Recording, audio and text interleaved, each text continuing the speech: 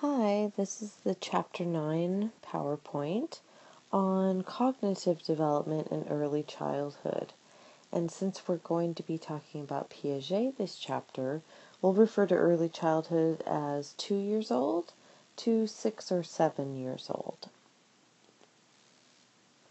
Okay, so this is now Piaget's pre-operational stage. So remember, children in the last stage were reliant on their sensory capabilities and their motor capacity.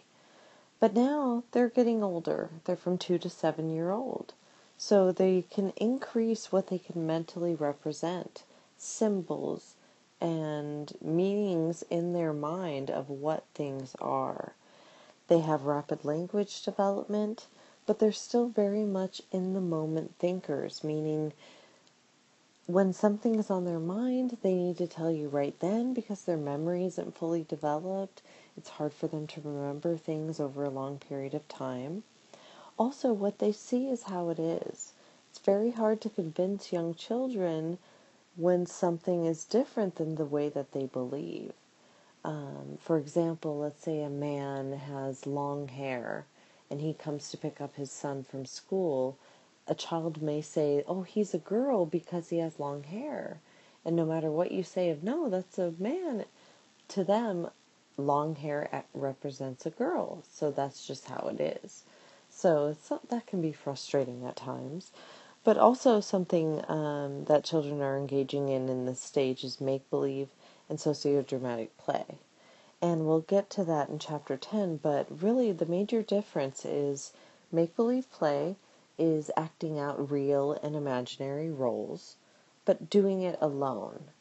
Now, sociodramatic play is joint make-believe play. So it's acting out the same kind of make-believe play, but with more than one person.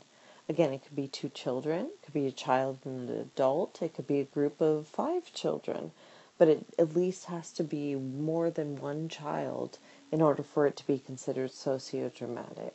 So again, keep that in mind when you're creating your preschool anecdotal records, because you need to focus on sociodramatic play, meaning you need to find a child who is engaging with other children in make-believe play. So as children get older, make-believe play actually becomes more detached from real life. They're able to be more imaginative. They're able to think more creatively. And they're actually less self-centered because they're able to try on, the different roles of people around them and what they've seen in television and movies. And it becomes more complex. Like I said, with sociodramatic play, as they get older, they can engage with other children. The benefits, they show more involvement, they draw children into being more cooperative, being able to work with each other, be social.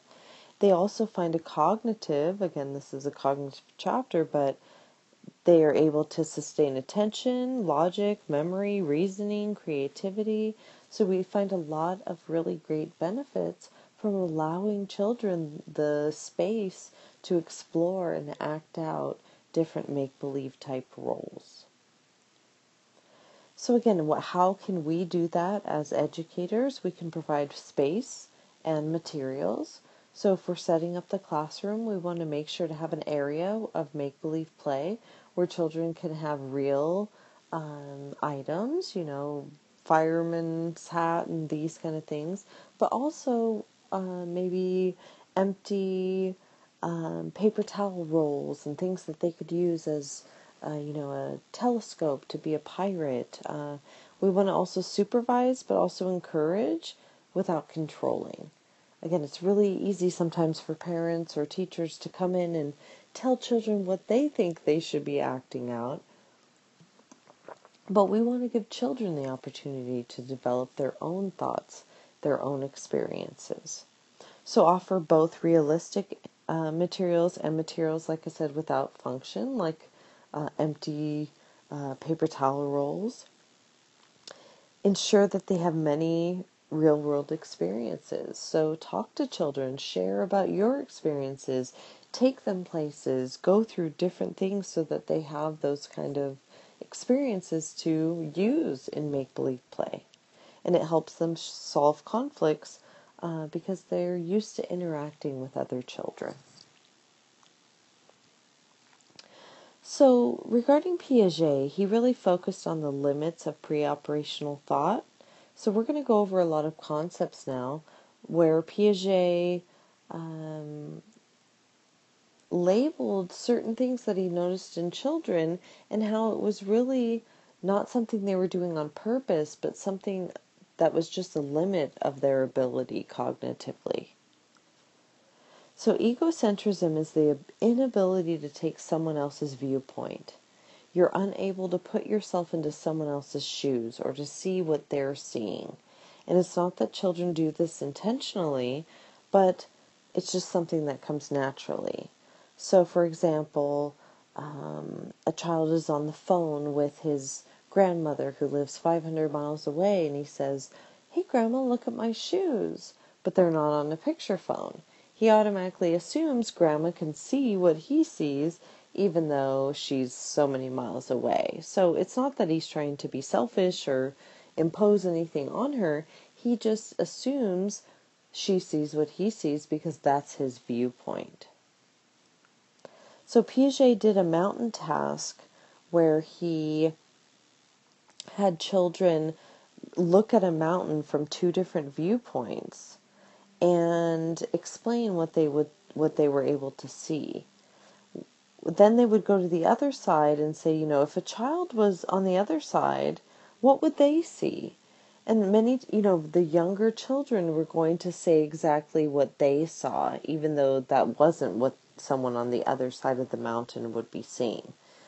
As the children got older, towards 6 or 7, they were able to say, "Oh, I would see this, but you would see that because you're sitting somewhere else." They were less egocentric and able to take the viewpoint of others. But again, that took towards the end of this stage. Animistic thinking, the belief that inanimate objects, so objects that are not alive, have lifelike qualities. So, for example, a child might look at a sunset and say, "Oh, the sun's going to bed, the sun's going night-night." Or maybe if it was raining, the child might say, "Oh, the clouds are crying." They also will do things like put their stuffed animals to bed or feed them. That's natural. Again, it's part of make-believe play. It's part of the development of interactions. So animistic thinking is putting a lifelike quality onto something that is not alive. Centration, classifying objects based on one feature and centering in on only one aspect of the situation. So, I'm sorry, I don't think we can see the shapes here. Let's see if I can go back. For some reason, it's not coming up exactly the way I wanted it to, but I had a green triangle. Now, if you ask children to classify that object, they're most likely going to focus on one aspect. So even though it's a green triangle, the child might say it's green, or a triangle, or has 3 sides, or is a Christmas tree, or whatever it is they focus on. They're going to focus on one aspect. So it's not until they get older that they're able to take more things into account. So when I think of centration, they're centering in on only one thing at a time. Lack of hierarchical classification, they have difficulty organizing objects based on their class and their subclass. So here, all of these flowers fall under the class of flowers. But then we have 2 subclasses of blue flowers and yellow flowers. So if you were to ask young children, are there more yellow flowers or flowers? They're of course going to get confused and say, "Oh, yellow flowers," because they look at the picture and they see more yellow flowers. They're not understanding that we're actually asking, are there more yellow flowers or are there more flowers, which is the big, at the top, meaning all of them. So to me, it's kind of a tricky question, but again, it's showing that children don't understand the organization of different classes. Irreversibility is where children are unable to change the direction of their thinking. So, a child might come home, take off his shoes, put his backpack down, go into his room, go to the bathroom, come get a snack, and then his parent might say, "Okay, where's your backpack?" Well, the child tries to think and through his memory in reverse of what he was doing, and it's very difficult. So many times a parent might have to say, "Okay, you came in the front door," and maybe walk back there and say, "Okay, then what'd you do? Then what'd you do?" And go in the same direction of thinking that they had gone in before. It's hard for them to just skip back and think, "Oh, I put my backpack by the door." Whereas when we're older, we're able to be more specific in our memories. So I have an example here. I'm sorry, it's cut off, but it's a cereal box. And an example would be if a child is holding a full box of cereal, excuse me, opens the box and the cereal spills everywhere, the child might think, "Oh, now I have more cereal." Even though they're not able to just think in reverse that, "Oh, all that cereal just came from this box." But to them, now it looks bigger, and they're not able to make that connection. So they cannot change the direction of their thinking. They can only keep going in a forward direction. Conservation is a fun task, and I recommend doing any one of these examples with a child, between maybe 5 and 7 years old. But I have a video on Blackboard that I do want you to view after you are done with this PowerPoint. But children have the inability to conserve at the pre-operational stage. What that means is they have the inability to understand that the physical characteristics will remain the same even if you change the way something looks. The physical number or the quantity or the size hasn't changed. We just changed how it looked. So I used the example earlier of a man coming to pick up his son from school and he has long hair, and a child assuming that's a female. Let's say he cuts his hair and he comes back and now the child says, "Oh, now he's your dad." Well, you can't physically change that just by cutting your hair from a female or from a, female to a male. So the child doesn't understand that, just the outward appearance changed. It wasn't the physical characteristics. So we're going to look at some conservation tasks. They're number, liquid, length, mass, and weight. So you would do this with children, and again, I recommend watching the video on Blackboard. But you're going to ask them the original presentation. Are there the same number of pennies in each row? Pennies, quarters, any kind of manipulative, you just want to use the same item. You make 2 identical rows, and you have the child say, you want them to say yes, so they can count them, they can line them up, but you want to make sure they're identical rows. Now you're going to do a transformation, and right in front of the child you're going to transform one of the rows either longer or shorter. And now you say, are there the same number of pennies in each row, or does one row have more? Now most children will look at the line that is longer as having more, even though if you really count it, there aren't more. It's just in a different appearance. Same thing with mass. 2 identical clay balls, make one into a snake-like shape. Depending on the child, they may think the one that's in a big clump is bigger. Or another child might think the longer or skinnier one is bigger. You would take 2 identical glasses and fill them with water or any kind of liquid and ask the child, is there the same amount of water? Then in front of the child, you take 1 glass of water and pour it into a different shaped container. Then you ask the child the question. And more than likely, they're going to say the taller one has more. Because again, they're not able to understand that the amount of water didn't change, just the way that we're looking at it changed. Same thing with weight. You take mass, you take, the clay, you manipulate it, and then you ask the child, now, does one weigh more, or would they weigh the same? So watch the videos on Blackboard. Okay. There's my spilled cereal. Okay, so now we're going to talk about how to apply Piaget's theory in the classroom. Now, one thing he focuses on is discovery learning, right? Children are active participants in their development. They are hands-on learners.